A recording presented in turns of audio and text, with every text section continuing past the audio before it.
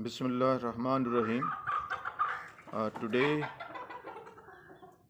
session is regarding the question answers, the questions which have been raised by various ISSB candidates, and though the answers of these questions have been given in various books written on ISSB by various writers, but even though as I have received these questions from various candidates and they have raised certain questions about the ISSB, so I try to clear those ambiguities in the mind of candidates. So the first question which I have received, that is relating to the number of candidates to be selected in a particular group. What is that ratio of selecting the candidates in a particular group? So there is no specification, there is no ratio of selecting candidates in a particular group. If all the candidates in a group, they have come up to the standard of armed forces and they are fulfilling the requirements of the armed forces, so they all can be selected.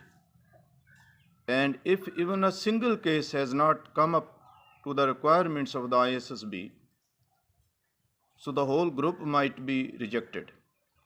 So there is no such type of ratio or number to be selected in a particular batch. It depends upon fulfilling or coming up to the requirements of the ISSB.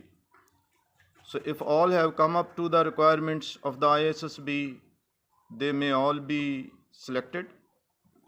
And if no one is coming up to that standard or the level or the requirement, so all might be rejected. So the next question is about if some candidate has become ill or has got injuries. So what will happen with that candidate? ISSB definitely has a facility of free medical treatment. CMH is there, that is combined military hospital. So you will be taken to that hospital for the purpose of getting treatment. It depends upon the severity, how the injury is severe or how the illness is severe. So you might be admitted in the CMH, and after treatment you will be discharged. Now it depends if you have missed a portion of that test at ISSB. So, and you are due to illness or due to sickness, you are at that time not capable to perform those tests or to undertake those tests. So then you will be declared as withdrawn candidate and your chance for ISSB will not be counted.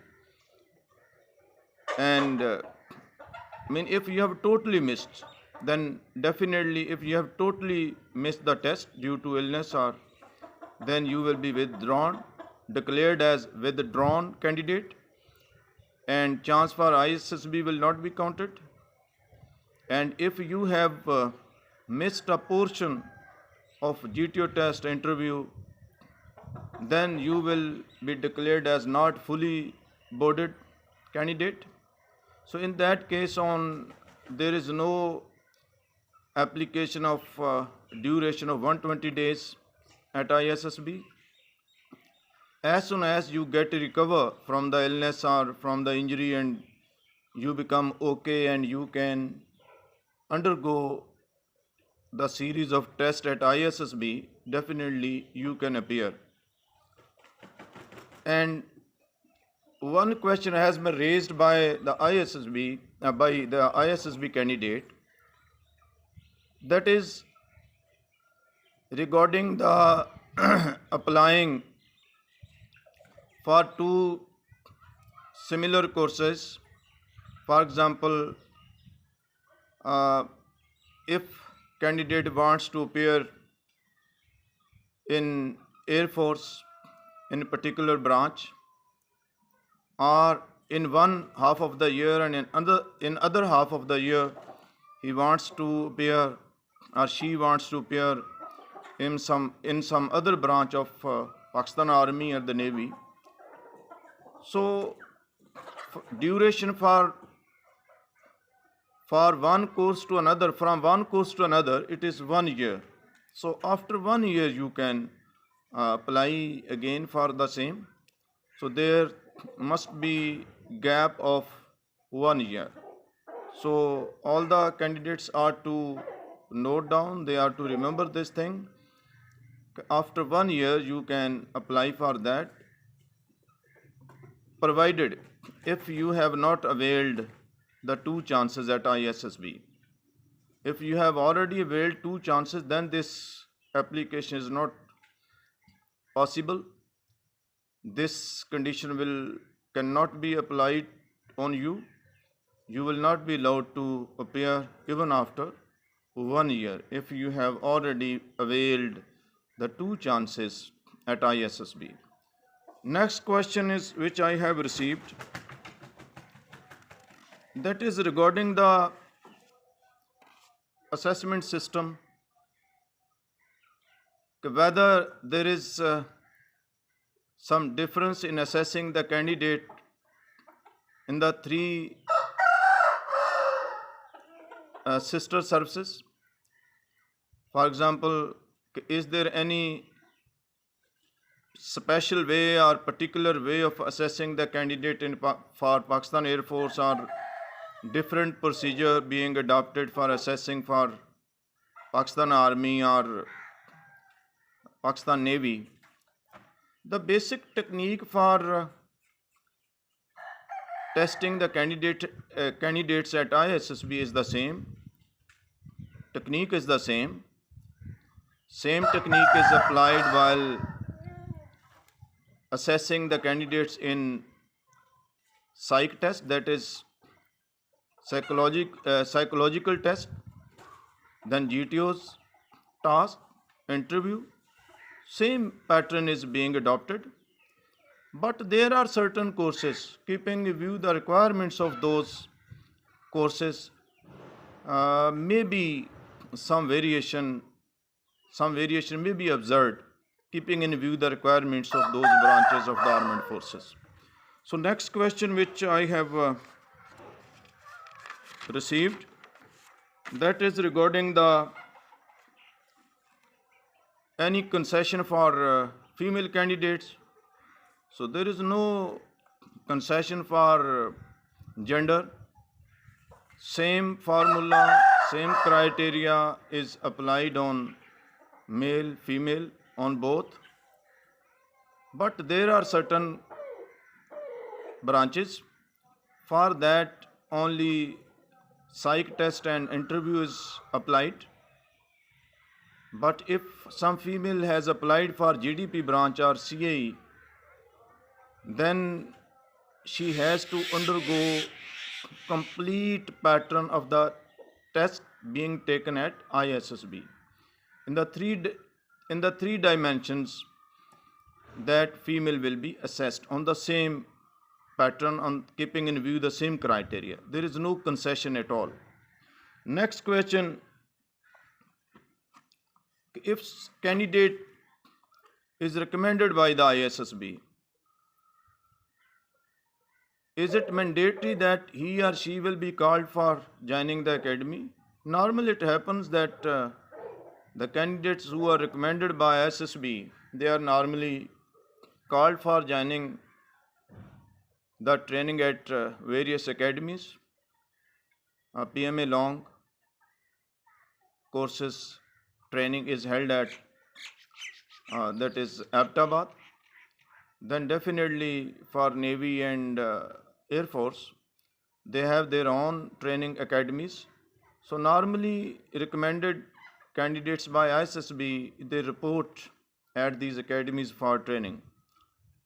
But it is not 100% same. Sometimes it never happens. The candidates who have been recommended by the ISSB, they may or may not be called for the training at academy.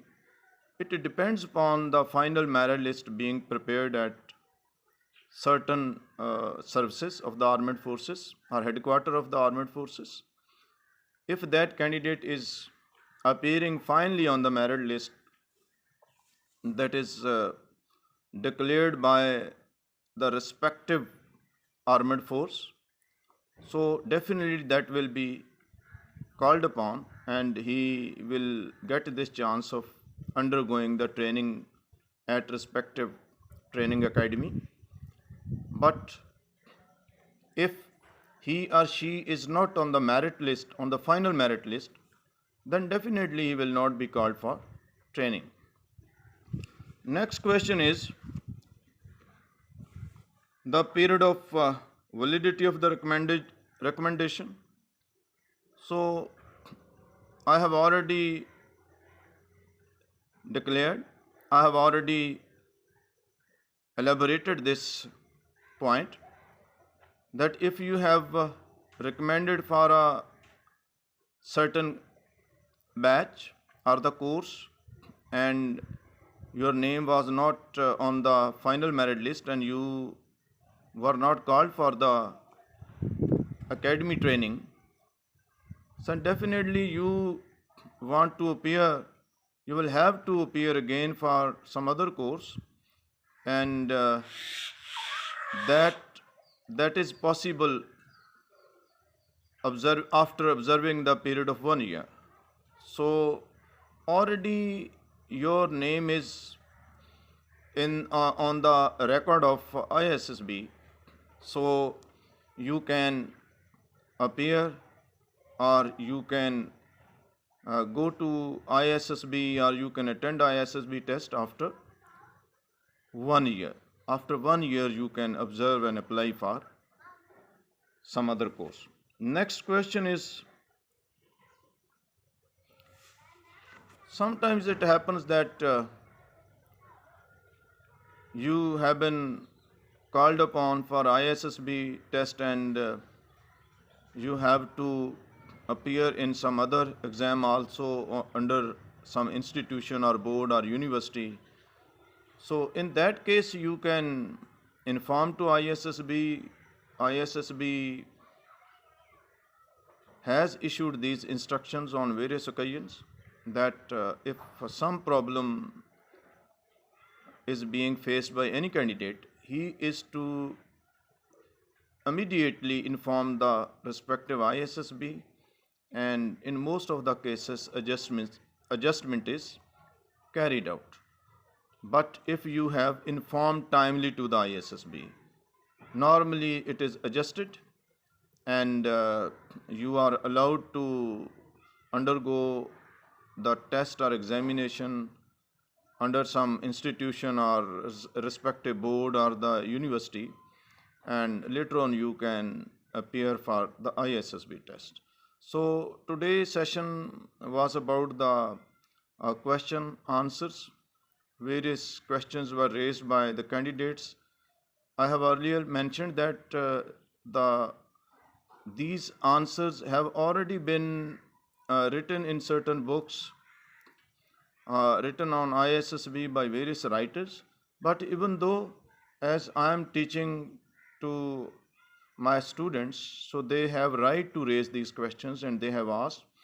So I think you have understood and your all ambiguities are clear now. Thank you to all. Allah Hafiz.